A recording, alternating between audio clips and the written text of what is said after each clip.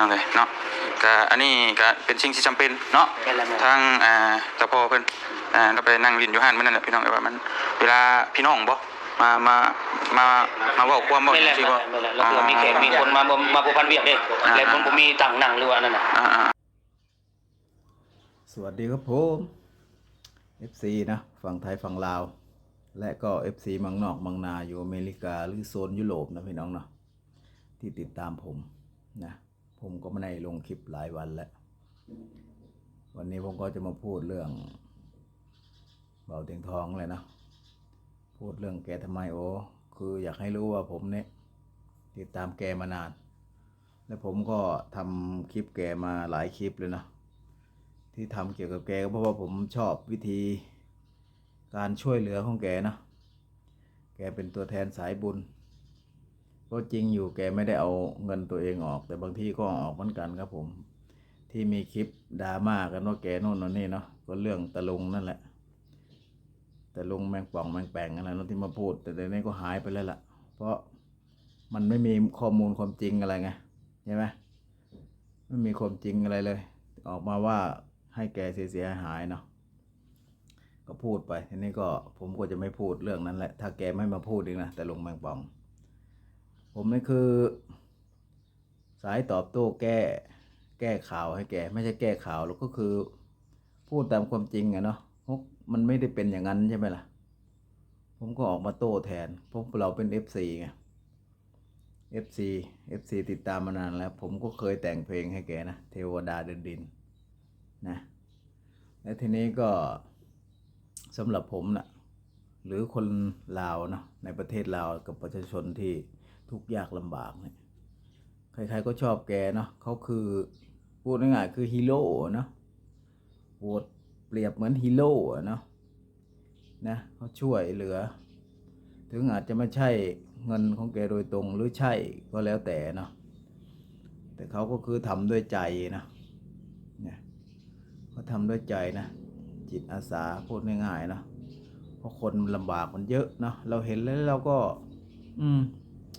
เห็นดีเห็นงามด้วยนะสำหรับผมนะแตกต่างกับพวกใจบาปใจมารนะที่มาแควะมาแซะอะไรพวกนี้นะอย่างที่คลิปที่ผมลงผ่านมาเลยที่มีคนมาแซะแกนะผมก็ออกมาพูดนะผมมาโต้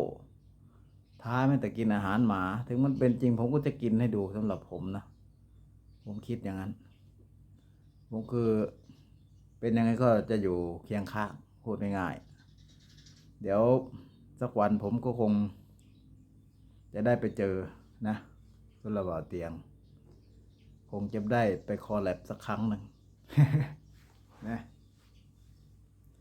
คือชอบความคิดของแกนะวันใดวันหนึ่งที่ช่องผมเติบโตนะผมจะไปหาแล้วก็ไปขอสัมภาษณ์สักครั้งหนึ่งนะ สำหรับบ่าวเตียงนะคือชอบคือผมเคยแต่งเพลงเทวดาเดินดินให้แกนะแต่ก็ไม่ใช่มีแต่แกหรอกช่วงนั้นผมเริ่มดูแกนะและช่องที่สายบุญหลายๆช่องขออนุญาตให้น้องเป็นหวัดก็มีทิปชาแนลแล้วก็บ่าวพรเนาะที่ผมติดตามมาก่อนนะแต่ก็มีบ่าวนั้นบิลลี่ด้วยนะที่ผมติดตามก็มีหลายๆช่องอยู่แต่คือติดตามหนักๆนี่คือจริงจังนี่คือบ่าวเตียงนี่แหละที่เห็นคอนเทนต์ของแกทำออกมานะผมก็เลยว่าคนนี้ก็น่าติดตามคือเปิดเห็ดจริงเห็ดจังนะพี่น้องเนาะคือเห็ดอลีนะไม่ใช่ว่าทำขึ้นมาเป็นคอนเทนต์นะอย่างที่พวก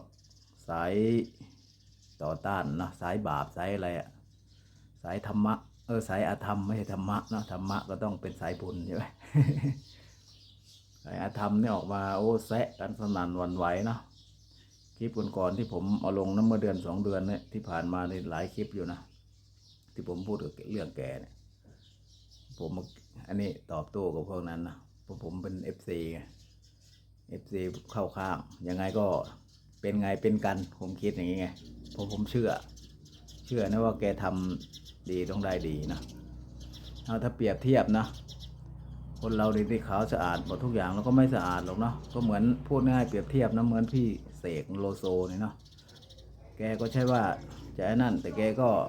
ใช่ไหมล่ะมันมีความดีคนเราเนาะคนมาอันนี้ใช่ไหมล่ะเห็นไหมแกไปเข้าคุกอยู่FCแกนี่ยังอันนี้ตามแกไม่ได้ไอ้นั่นนะคนดีอยู่ไหนก็อย่างว่าแหละใครก็ยังให้อภัยเสมอนะใช่ไหมล่ะผมก็เลยอยากว่าพูดเรื่องนี้แหละเรื่องบ่อเตียงนะเนี่ยบ่อเตียงทำโน่นทำนี่ไม่เคยทำผิดแต่บอกก็มีนะแต่แกก็ความดีแกเยอะแกจะช่วยอย่างเงี้ยใช่ไหมนะผมก็เลยอยากมาพูดอย่างนี้แหละพี่น้องเนาะยังไงก็สู้ๆพี่น้องผ่านมา2 เดือน3 เดือนแล้วที่เรื่องที่ผมพูดมากับพวกนั้นก็หายเงียบกิ๊บแต่ผมก็จะไม่พูดแล้วถ้าพวกนั้นจะไม่มาแซะอีกนะถ้ามาแซะนี่ผมเอากลับเหมือนเดิมพี่น้องนะนี่ผมจะให้ไปดูคลิปแกเนี่ยแกทำอะไรไว้เนาะความดีของแกเยอะแยะนะพี่น้องนะไปดูเลยครับวันนี้บ่เตียงก็หากออกมาแต่บ้านพี่น้องเอ้ยก็เลยสิไปห้องการตำรวจก่อนพี่น้องเอ้ยเนาะหรือว่าไปอยู่ฝั่งไทยก็ไปโรงพักพี่น้องเอ้ยว่าซั่นไปอย่างนี้โรงพักบ้านนี่พี่น้องเอ้ยเนาะไปแจ้งความบ่ พี่น้องเอ้ยเนาะบ่แม่นนะเนาะพี่น้องเนาะบ่เตียงเอาโต๊ะเอาตั้งพี่น้องเอ้ยเอาน้ำเครื่องดื่มนี่แหละไปมอบให้ทางเจ้าหน้าที่ตำรวจ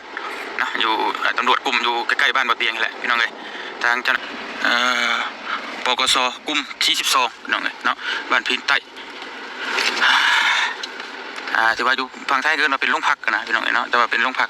อยู่แถวนอกๆนี้พี่น้องเอ้ยแถวตามหมู่บ้านต่างๆนี่แหละเนาะก็เลยซื้อมาให้เนาะเป็นน้ำจิตน้ำใจก็ว่าได้พี่น้องเอ้ยต่อ ตั้งจำนวนเท่าไหร่นี่10 โต๊ะเจ้า10 ตั้งโมเมนต์โต๊ะพี่น้องเนาะโต๊ะอันนั้น โต๊ะหนึ่ง โต๊ะนึง 10 หน่วยโดยบ่เตียงก็ยังบ่ได้เข้ามาจักเทื่อเลยพี่น้องเอ้ยก็บ่ฮู้ว่า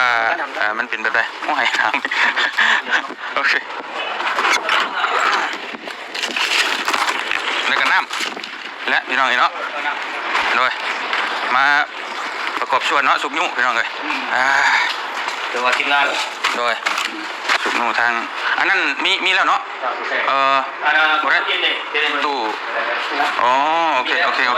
นั่นพัดลมสิห้องพัดลมนั่นแหละอ๋อนั่นแหละอ๋อได้ถึงวันเดียวนี่แหละโดยนี่แหละพี่น้องทั้งเจ้าหน้าที่เพิ่นก็นอนอยู่นี่เลยเนาะนั่นแหละนอนประจำเลยโดยก่อนอื่นก็เดี๋ยวขอสบายดีเนาะทาง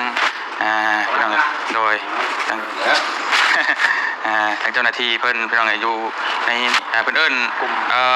ปกสกลุ่มเนาะปกสกลุ่ม12บ้านพินใต้พี่น้องเมืองอุทุมพรแขวงสวรรณเขตอันนี้แหละใกล้ๆบ้านบ่เตียงนี่แหละพี่น้องเนาะผู้ใดมีเรื่องมีราวมาร้องทุกข์ก็มาอยู่นี่ได้พี่น้องมาแจ้งความโน่นนี่นั่นรถเฮียรถหายเนาะเวลาสิมาเบียกงานแบบพี่น้องคนมาหลายไปสิเนาะแต่ผมไม่มองนะพี่น้องกันเพื่อเปิดกองประชุมเลยผมมีตังค์หมดสัญชาติมีตังค์ใส่ลายเพราะสมมติว่าจำนวนประมาณถ้ากองประชุมนี่รวมมันนี่อยู่ประมาณตามทุนกับโบนัสได้30นะทางเข้ากับบ่ฮู้ทั้งเทื่อก็เดี๋ยวมื้อหน้าจะเพิ่มเติมชื่อมาเพิ่มเติมให้แม่ทางโครงการนี่วันนี้ตั้งกองประชุมมันประมาณตามทุนเลยประมาณ30นะเรื่องใหญ่ดิโดนเติบบ่สิมีแบบเทื่อนึงกองประชุมเทื่อนึงปีนึงมันมี2เทื่อกองประชุมใหญ่ประจำเดือนเนาะนั่นแหละโดยพี่น้องทั้งโดยกะทั้งเฮากะน้ำจิตน้ำใจเฮาเองถือว่าเป็นลูกเป็นหลานแหละเนาะช่วยสุกยู่น้ำกันนั่นแหละพี่น้องเอ้ยเพราะว่าตัวใดมันขาดแคลนกะตัวใดที่มันจำเป็นแล้วก็พอได้ช่วยแบ่งเบาตัวอยู่นี่มีเจ้าหน้าที่ประจำตลอดได้บ่ได้แหละ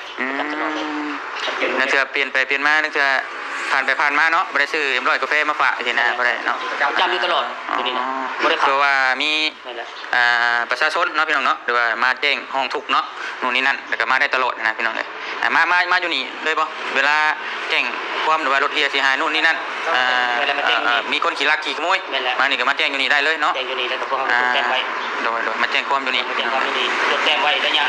ตัวประจำวันว่าซั่นซะบันทึกประจำวันเนาะบันทึกประจำวันโดยอันจักหมู่บ้านเจ้าที่ว่า